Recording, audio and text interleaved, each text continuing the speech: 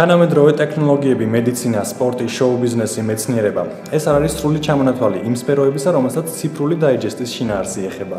რადგან მისი ჩამონათვალი ასეთი ვრცელია, ამიტომ ჩვენს გადაცემაში ყველა თქვენგანისთვის მოიძებნება ის, რაც გაღილებთ და გაინტერესებთ. გამარჯობა.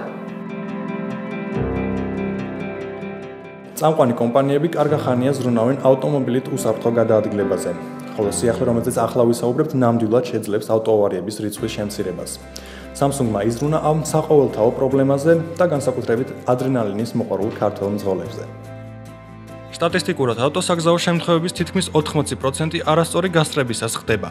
გასწრების შესრულება მოითხოვს 3 წესის შესრულებას. დარწმუნდეთ, რომ თქვენ უკნიდან არავინ გისწრებთ. დარწმუნდეთ შემხვედრი ტრანსპორტის არარსებობაში. გადახვიდეთ შემხვედრი მოძრაობის ზოლში. გაასწროთ სატრანსპორტო საშუალებას და დაბრუნდეთ თქვენი მოძრაობის ზოლში.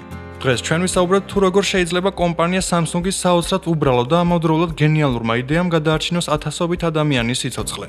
ვისაც გყავთ ავტომობილი და ხშირად გიწევთ ქალაქგარეთ გასვლა, ალბათ გქონიათ შემთხვევა, როდესაც გიწევთ დიდი სატვირთო მანქანის უკან ხანგრძლივად სვლა, ვინაიდან მათი გასწრების საშუალება არ არსებობს. აქ მოქმედებს არა მარტო საწინააღმდეგო მოძრაობის შიში, არამედ იმის არ ცოდნა, თუ რა გელოდებათ ამ საწინააღმდეგო მოძრაობის ზოლზე წინ მიმავალი სატვირთოს დიდი გაბარიტებიდან გამომდინარე. გასწრება ითვლება გზაზე ერთ-ერთ ყველაზე სახიფათო მანევრად და მისი შესრულებისას ძალიან გამოცდილი მძღოლებიც კი შეიძლება გახდნენ ავარიის მონაწილენი. Samsung-ის არგენტინულ ქვედანაყოფში გადაწყვიტეს, რომ ეს პრობლემა მოგვარება საჭიროებს. ამისთვის მოიძებნა გენიალური და ამავდროულად მარტივი გადაწყვეტა.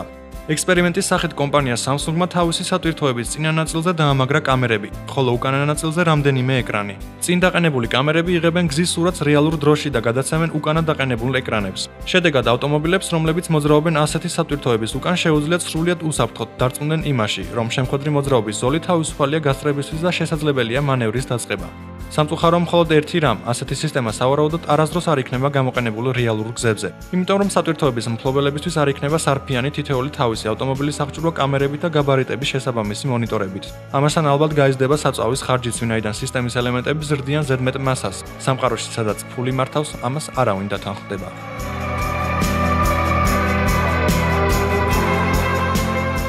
BlackBerry-ის ოპერაციული სისტემის მარცხი თუ მორიგი ჭორი. ამას სულ მალე გავიგებთ, მაგრამ მანამდე ჩვენ საჭიროდ ჩავთვალეთ გაგაცნოთ ის გავრცელებული ინფორმაცია, რამაც შეიძლება კომპანიის კურსი შეცვალოს. საინფორმაციო სააგენტო Reuters-მა რიგ წყაროებზე დაყრდნობით განაცხადა კანადური კომპანია BlackBerry-ის მიერ Android-ის პლატფორმაზე მომუშავე სმარტფონების გამოშვების დაწყების შესახებ. თუ მოცემული შეტყობინება შეესაბამება სინამდვილეს, მაშინ ეს BlackBerry-ისთვის კურსის მკვეთრ ცვლილებას ნიშნავს, ვინაიდან აქამდე კომპანია თავს არიდებდა Android-ს იმის იმედით, რომ მისი ტელეფონების სერია საკუთარ ოპერაციულ სისტემა BlackBerry 10-ზე დაეხმარება ბაზრის წილის დაბრუნებაში, რომელიც მან iPhone-სა და Android-ის სმარტფონებთან ბრძოლაში დაკარგა. ანონიმური წყაროები უწყებიან, რომ Android-ის გამოყენების გადაწყვეტილება წარმოადგენს BlackBerry-ის პროგრამული უზრუნველყოფის შემუშავებასა და მოწყობილობის მართვის საშუალებაზე ფოკუსის გადატანის სტრატეგიის ნაწილს. BlackBerry-ის წილი, რომელიც ადრე დომინირებდა სმარტფონების ბაზარზე, ამჟამად შეადგენს 1%-ზე ნაკლებს.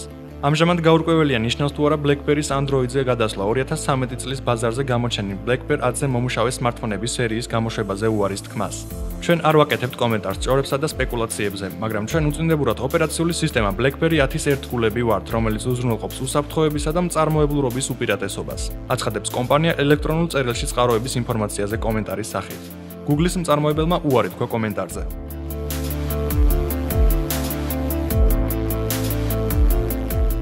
იმის გათვალისწინებით, რომ HTC-მ წელს დიდი განაკარგი განიცადა. არა გამორიცხული, რომ Nokia-ს ბედი გაიზიაროს და შთანთქოს დიდმა კომპანიამ. ამ შემთხვევაში Asus-მა.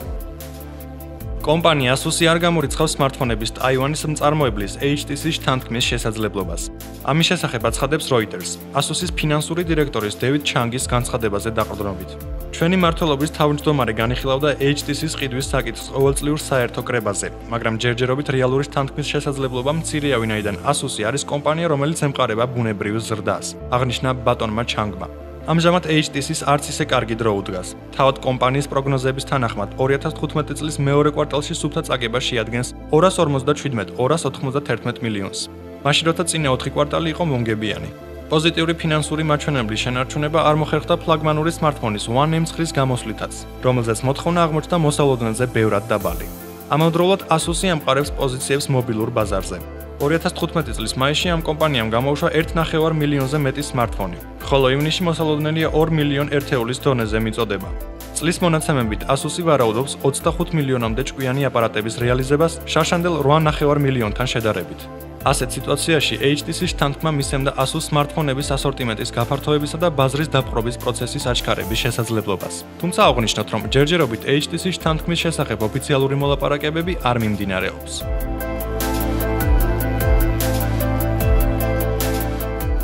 დიდი ხანია 3D პრინტერის შესახებ არაფერი გვითქვამს, თუმცა ეს არ ნიშნავს იმას, რომ მან საკუთარი თავი ამოწურა.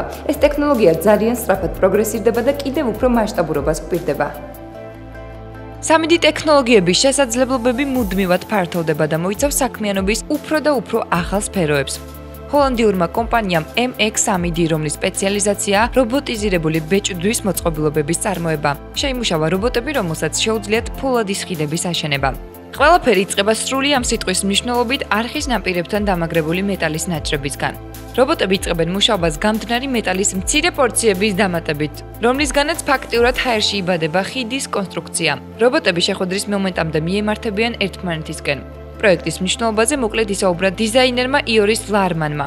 ეს ხიდი მის დასტურია, რომ 3D ბეჭდვა გადადის მასშტაბური და ფუნქციონალური ობიექტების სფეროში, თუმცა ეს ჯერჯერობით ლაბორატორიული ტესტირებებია.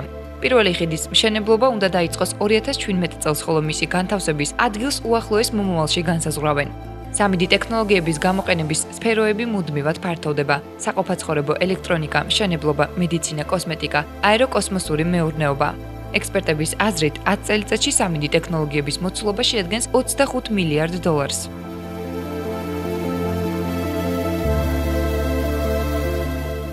კოლუმბიელმა მეცნიერებმა შეიმუშავეს ახალი ეკოლოგიურად სუფთა ძრავა. ის ნამდვილად განსხვავებული და საინტერესოა. სწორედ ამიტომ დაიმსახურა ჩვენი ყურადღებაც. კოლუმბიელმა მეცნიერებმა ჟურნალ Nature Communication-ში გამოაქვეყნეს ანგარიში პრინციპულად ახალი ეკოლოგიურად სუფთა ძრავის შემუშავების შესახებ. კვლევარებმა შექმნეს მოქმედი მოდელი, რომლის მოძრაობა განპირობებულია მუშა სხეულის გეომეტრიის ცვლილებით გარემოს ჰაერის ტენიანობის მიხედვით. აორთქლადი ძრავის მოქმედების პრინციპი დაფუძნებულია ბაქტერიული სპორას თვისებაზე გაზარდოს თავისი გეომეტრიული ზომები მომატებული ტენიანობის დროს. ზედმეტი ტენის აორთქლებისას ისინი ბრუნდებიან თავდაპირველ მდგომარეობაში. შემუშავებლებმა სპორას უჯრედები მიამაგრეს დრეკად ფუძეზე და მიიღეს ელემენტი, რომელიც ცვლის გეომეტრიას ტენიანობის უმნიშვნელო ცვლილების დროსაც კი. მიღებულ ხელოვნურ კუნთს უწოდეს ჰიდრა. რისი გაკეთება შეუძლია აორთქლებად ძრავას, მაგალითად ტვირთის აწევა და აიძულოს მინიატურული მანქანა იმოძრავოს, თუმცა ძალიან ნელა. აორთქლების პროცესები ყველგან არის ჩვენს პლანეტაზე და არსებობს მათი აჩქარების უამრავი მეთოდი. ავტომატიკისა და ხაზოვანი ძრავების სისტემებისთვის ხელოვნური კუნთების შექმნის სფეროში აღმოჩენების პერსპექტივები უზარმაზარია.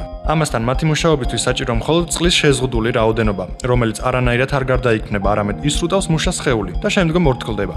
შემუშავების ავტორები თვლიან, რომ აორთქლადი ძრავები გამოყენებას პოვებენ საქმიანობის ყველაზე მოულოდნელ სფეროებში.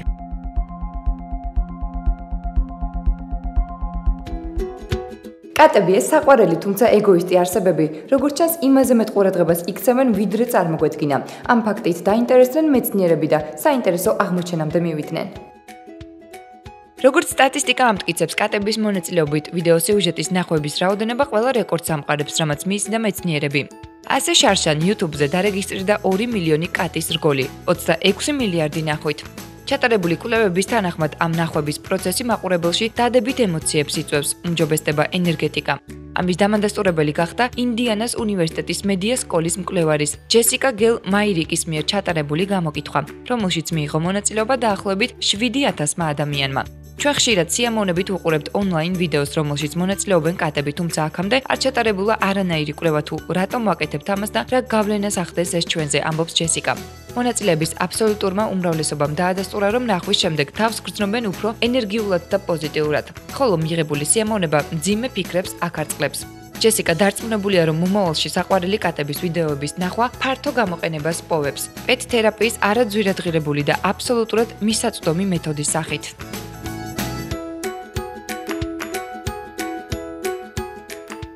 მთელი წლის ლოდინის შემდეგ, როგორც იქნა, შედგა I3 2015, ჩვენ გაგაცნობ წლის ყველაზე საინტერესო პრემიერებს. თქვენ გელეჩთ თამბეჭდავი მოგზაურობა ვირტუალურ სამყაროში.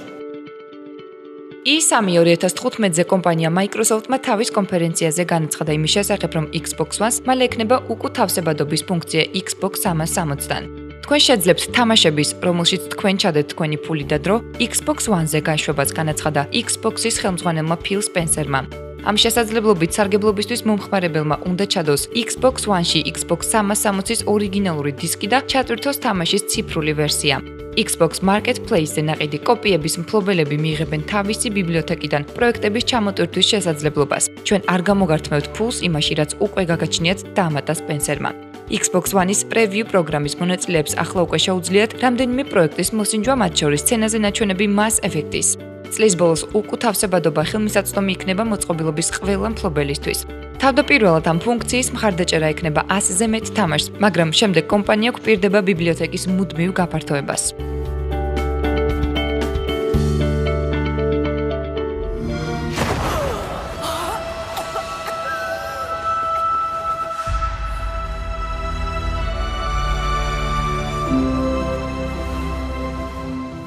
ისამ 2015-ზე კომპანია Microsoft-მა პირველად აჩვენა Rise of Tomb Raider-ის gameplay და გამოაცხადა სათავგადასავლო თამაშის რელიზის თარიღი.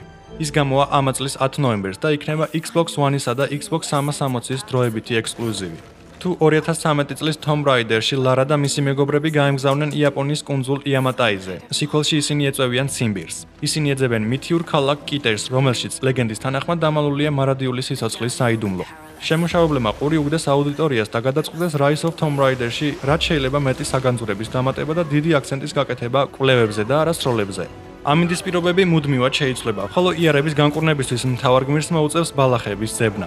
სხვათა შორის თამაშის რელიზი შედგება ერთდროულად Fallout 4-თან.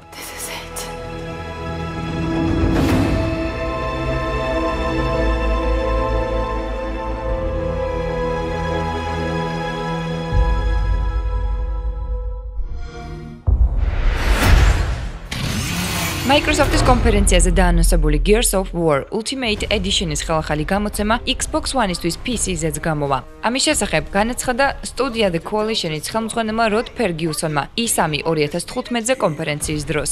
პროექტი წარმოადგენს ორიგინალური Gears of War-ის განახლებულ ვერსიას, ხოლო მისი რელიზი Xbox One-ზე შედგება 25 აგვისტოს. შემუშავებლებმა არ დააზუსტეს გამოვა თუ არა თამაში PC-ზე იმავე დღეს.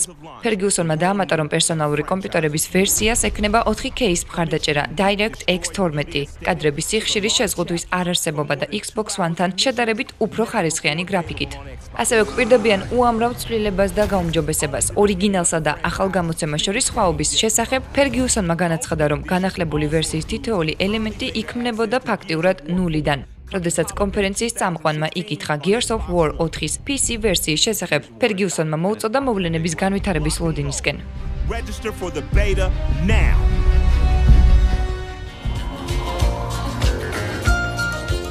Electronic Arts-მა დაანონსა Mass Effect Andromeda ცნობილი სერიის ახალი ეპიზოდი. თამაშის რელიზი დაგეგმილია 2016 წლის დასასრულს PlayStation 4-ზე, Xbox One-ზე და პერსონალურ კომპიუტერებზე.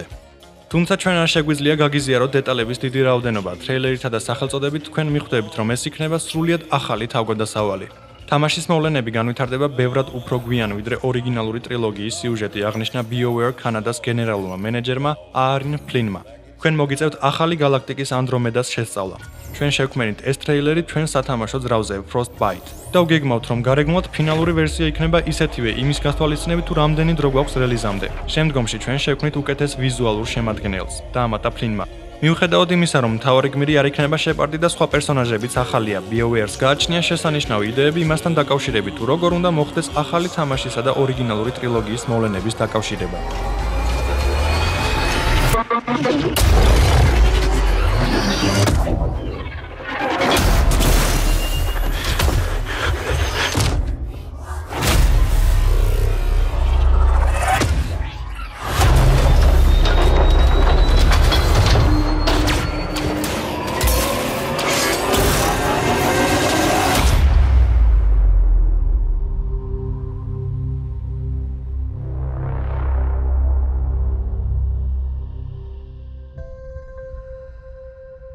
Every new day holds a promise. Electronic Arts-ის პრეს-კონფერენცია დასამახსოვრებელია Mirror's Edge Catalyst-ის ჩვენებით. პროექტის პროდიუსერმა Sara Iansonმა წარმოადგინა თამაშის ახალი რგოლი და გამოაცხადა მისი გამოსვლის თარიღი 2016 წლის 23 თებერვალი. ამ დღეს ექშენის გაყიდვა დაიწყება მთელ მსოფლიოში. ახალი ტრეილერი მთლიანად დამონტაჟებულია თამაშის ძრავის ფრაგმენტებისგან. მოთამაშეები შეძლებენ ქალაქის ღია სამყაროს თითოეული კუთხის შესწავლას. სათამბჯენების მწვერვალებიდან დაწყებული, კანალიზაციის ბნელი და ბინძური გვირაბებით დამთავრებული. ანონსის დაპირებით, რაიონებს შორის გადასვლისას არ იქნება ჩატვირთვის ეკრანები. ახალ Mirror Edge-ში იქნება მრავალ სამომხმარებლო შემადგენელი, რომელიც არის 2008 წლის თამაში. Mirror's Edge Catalyst შემუშავებულია PC, PlayStation 4 და Xbox One-ის ვერსიებით. Electronic Arts-მა უკვე დაიწყო წინასწარი შეკვეთების მიღება. Go on, girl. Save us all.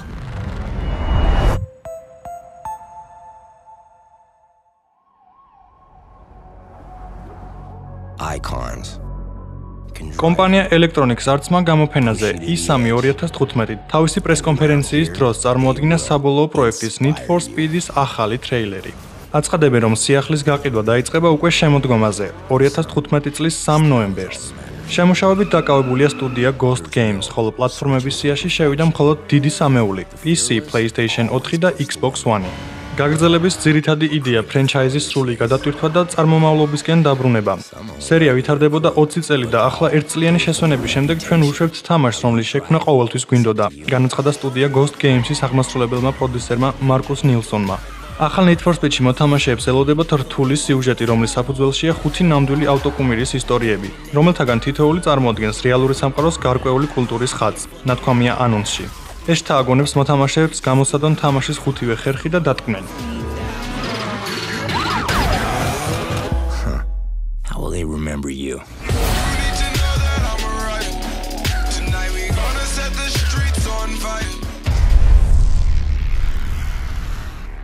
Doom-ის დიდი ხნის ნანატრი ახალი ნაწილი გამოვა შემდეგი წლის გაზაფხულზე PlayStation 4, Xbox One და PC ვერსიებით. ამის შესახებ Bethesda-მ განაცხადა საკუთარ პრესკონფერენციაზე E3 2015-ის დროს. თამაშის აღმასრულებელმა პროდიუსერმა მარტი სტრეტონმა აჩვენა პროექტის როგორც ერთკაციანი, ასევე მულტიპლეიერული შემადგენელი. ამ რგოლების ხილვა შესაძლებელია ტრეილერში. სერიის წინა თამაშებისგან სიახლე განსხვავდება დამატებითი დარტყმების არსებობით. საზღვაო ქვეითი დემონებს კისერს გრეხს და გლეჩს შიგნეულობას. ხოლო ბენზოხერხის დახმარებით ფაქტიურად ნაწილებად ხერხავს. მოკლული დემონებიდან ჩვეულებრივ ცვივა სიცოცხლე და ჯავშანი, ხოლო იარაღის შეცვლისას დრო ნელდება. შესაძლებელია იარაღის მოდიფიცირება ახალი მიზნების დაყენების გზით. იარაღის ნაჩვენებ სახეობებს შორის არა მარტო საფანტი, ასევე საიერიშო და პლაზმური შაშხანები და რა თქმა უნდა BFG იქნება. Doom-ის არსებობა რელიზის შემდეგ უზრუნველყოფილი იქნება სამომხმარებლო მოდიფიკაციებით.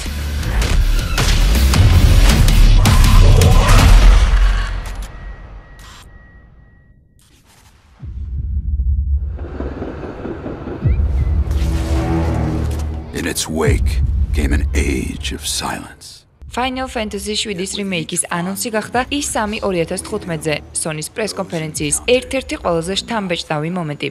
მორიგი ჭორი იმის შესახებ, რომ 1997 წლის კლასიკურ თამაშს ექნება, თანამედროვე ვერსია გაჩნდა კონფერენციამდე ერთი დღით ადრე, მაგრამ წყაროს სანდოობის გათვალისწინებითაც ბევრი ინარჩუნებდა სკეპტიკურ დამოკიდებულებას. სცენაზე გამოსულმა Sony Computer Entertainment America-ს გამომცემლობასა და შემუშავებლებთან ურთიერთობის ვიცე-პრეზიდენტმა ადამ ბოიესმა წარმოადგინა რიმეიკის კინემატოგრაფიული ტრეილერი და განაცხადა, რომ თამაში იქნება PlayStation 4-ის დროებითი ექსკლუზივი. Final Fantasy 7-ის რემეიკის შექმნის თხოვნებით მიმართეს იაპონურ გამომცემლობას E3 2005-ის შემდეგ, რომელზეც ნაჩვენები იყო სერიის მე-7 სერიის საფუძველზე PlayStation 3-ისთვის შექმნილი ტექნოდემო.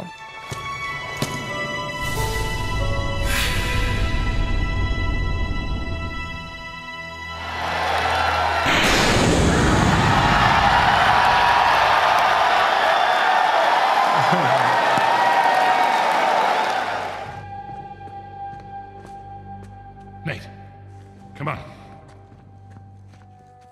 კომპანია Sony კონფერენციის ფარგლებში აჩვენა სათავგადასავლო ექშენის Uncharted 4 Thieves End's gameplay-ს ახალი ვიდეო. ტრეილერში დაუღალავი Nathan Drake დაკავებულია მისთვის ჩვეული საქმით, ეძებს უსიამოვნებას. ამჯერად ის თავის ძველ მეგობართან ვიქტორ სალივანთან ერთად საკურორტო ქალაქში გადაეყრება აჯანყებულთა შეიარაღებულ ჯგუფს. სამწუხაროდ Thieves End's შესახებ ახალი ინფორმაცია სტუდია Naughty Dog-მა არ გაამხილა. თამაშის რელიზი დაგეგმილია 2016 წლის გაზაფხულზე ექსკლუზიურად PlayStation 4-ისთვის. A Thief's End-ის მოქმედება ვითარდება Uncharted 3-ის მოვლენების 3 წლის შემდეგ. Nathan Drake და Elena Fisher-ი ცხოვრობენ მშვიდი ოჯახური ცხოვრებით. სანამ ერთხელ მათ არ ეწვიან Nathan-ის უფროსი ძმა Sam-ი, რომელსაც სჭირდება დახმარება. ერთად ისინი გაემგზავრებიან მადაგასკარზე, მითიური ლიბერტალიის მოსაძებნად. Hey, here, take the wheel. What? Be out of your goddamn mind? Yep, probably. Shit. Yeah. Oh, crap.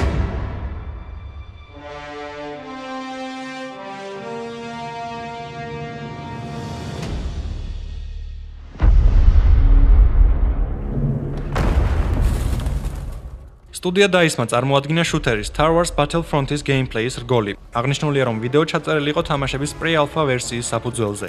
ტრეილერში ნაჩვენებია დათოვლილ პლანეტაზე ჰოტზე ბრძოლა, რომელიც გათვლილია 40 ადამიანზე. მასში წარმოდგენილია თამაშის შესაძლებლობა Star Wars-ის სამყაროს ლეგენდარული პერსონაჟებით, როგორიცაა Luke Skywalker, Darth Vader და Boba Fett. მოგვიანებით Sony-ს პრეს-კონფერენციაზე შემუშავებლებმა აჩვენეს ბრძოლა რეჟიმში გადარჩენა, სადაც ერთი ან ორი მოთამაშე, რომელიც იბრძვის აჯანყებულთა მხარეს, უნდა შეეწინააღმდეგოს მოწინააღმდეგეების 15 ტალღას, რომელიც შედგება იმპერიული საბრძოლო ერთეულებისგან, დაწყებული საიერიშოთი დამთავრებული AT-ST-ით. გადარჩენის გამოცდა შესაძლებელი იქნება Star Wars Battlefront-ის ყველა პლანეტაზე, მათ შორის Endor-ი, Hoth-ი, Salast-ი და Tatooine. ასევე ამ ტიპის დავალებების თავისებურებების გათვალისწინებით შექმნილ რუკებზე. Star Wars Battlefront-ის მსოფლიო პრემიერა შედგება 17 ნოემბერს. ამ დღეს თამაში გამოჩნდება ყველა მოცემულ პლატფორმაზე: PC, PlayStation 4 და Xbox One.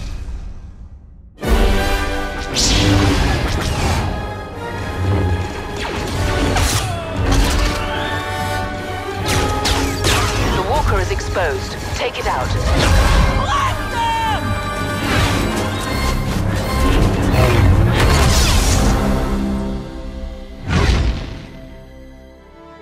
ამ კვირის საინტერესო ამბების მარაგი ამოიწურა. ციფრული დაიჯესტის შემდეგ კვირაში ისევ შეძლებს მოგაწოდოთ საინტერესო სიახლეები მომავლიდან. ნახვამდის.